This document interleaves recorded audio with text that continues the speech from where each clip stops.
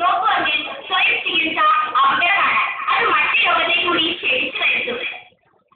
അത് എന്തായാലും ബ്ലഡ് ഒന്ന് പരിശോധിക്കാം.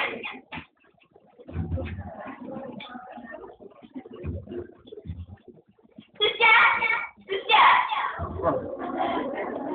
ബ്ലഡ് ഒന്ന് പരിശോധിച്ചോണ്ട് വരും. വേഗം വേണം. അതിന്റെ നേരത്തെ എന്തെങ്കിലും ഉണ്ടായിരുന്നു? എന്തായാലും ഒന്ന് പരിശോധിച്ച് നോക്കാം.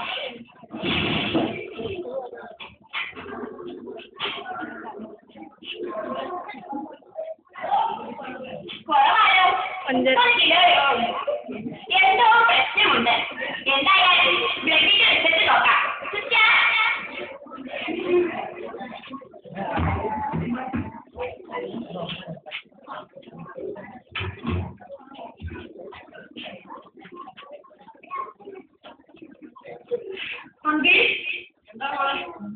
അങ്കിൾ വാസ്തവമായി അങ്കിൾ പൊരുത്തപ്പെട്ടേ മതിയാവും.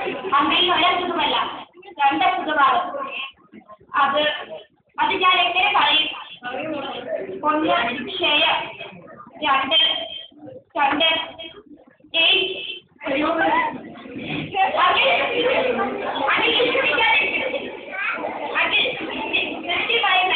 പോഷകാഹാരം കഴിക്കുവാണെങ്കിൽ അങ്കിൾക്ക് ഇതേപോലെ കുറച്ചു നാൾ കൂടി ജീവിക്കാം.